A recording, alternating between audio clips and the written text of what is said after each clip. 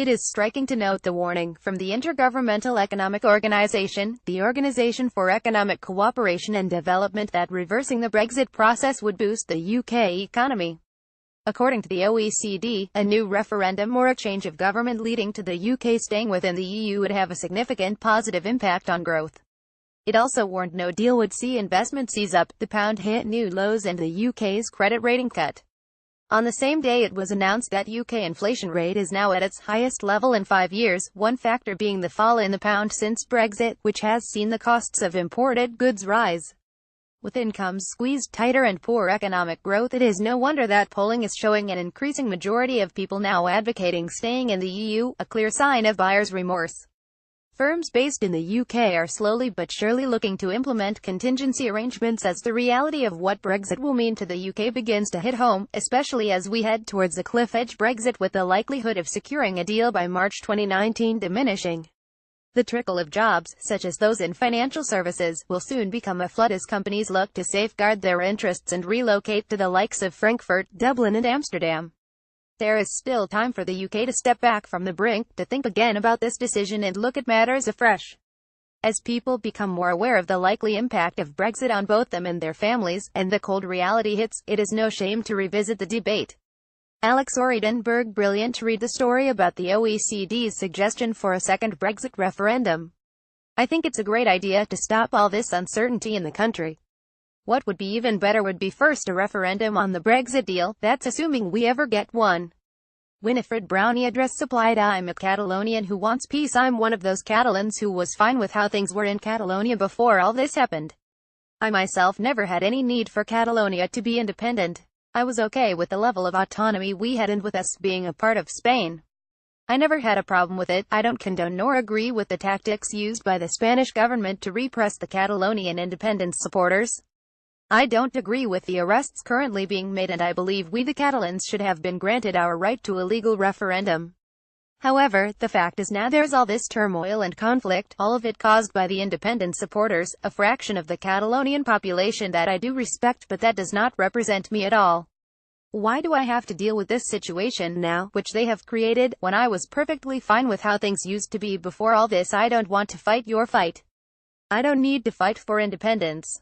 Frankly, I just want peace to come back. It's not like I was feeling like my identity was being oppressed by the Spanish government before, because I didn't, not at all, so I never had a fight to begin with. I have however felt oppressed in the past by both the Spanish and the Catalan government in certain other areas pertaining to my basic human rights, for example, but I have nothing to fight for in this situation.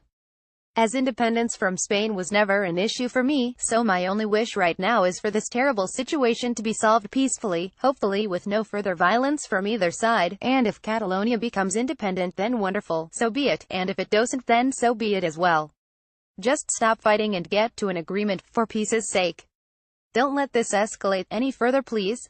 And if both sides want to stop fighting, then either a third party will have to intervene, or one of the two parties will have to surrender in the name of peace.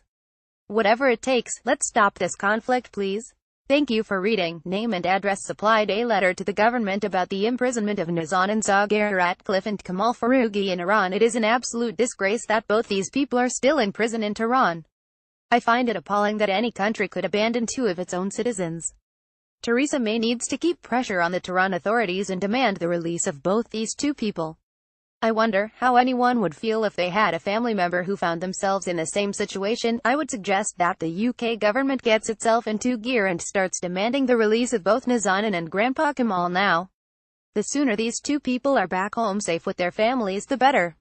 Francis Simpson address supplied. It's not just Greenbelt land we must protect. Letter writers rightly reject Chris Grayling's claim that post-Brexit Britain will grow its own food. But besides allowing building on farmland, which is diminishing food production, the government is allowing allotments to be taken out of service for building. Allotments are a valuable source of food for many people in our country. If Grayling is rational, he should commit the government to protecting and expanding our allotment and community garden system, for this will make a contribution to the food security that Brexit is undermining. Francis Beswick Stratford. The government must provide better funding for homeless services. News that from next week an emergency out-of-hours service for homeless people in Glasgow won't open through the night on Tuesdays and Wednesdays should worry us all. The Hamish Allen Centre, where people go at the lowest point of their lives to look for a warm and safe bed for the night, will no longer have a person on hand but will ask homeless people to call a telephone number for help. As someone with first-hand experience of homelessness, I can tell you that when you're in that desperate situation, all you want is someone to speak to in person. Asking the most vulnerable people in our society to telephone a stranger in the middle of the night whilst at their lowest point in life will only go to further stigmatize and isolate them. Homeless people deserve more than this, especially with winter just around the corner. David Duke Edinburgh. Stop being snowflakes. Why do Remainers claim to be morally superior to Leavers? Is it because they lost the referendum and refused to accept the democratic result? They had bigger lies, e.g. World War III, an imminent stock market crash and mass unemployment. I was a Second World War baby born into a home with no central heating, no bathroom, an outside toilet, no fridge, no TV, no washing machine, no car, no telephone, no mobile phone, no computer, and we ate under rationing. We had inflation of 20% plus in the 1970s and mortgage rates of 12% plus, so please stop saying we had it easy and stop being the snowflake generation. P. Gosling. Edinburgh. More about Brexit. Catalonian is on in Zaghari-Ratcliffe homelessness reuse content.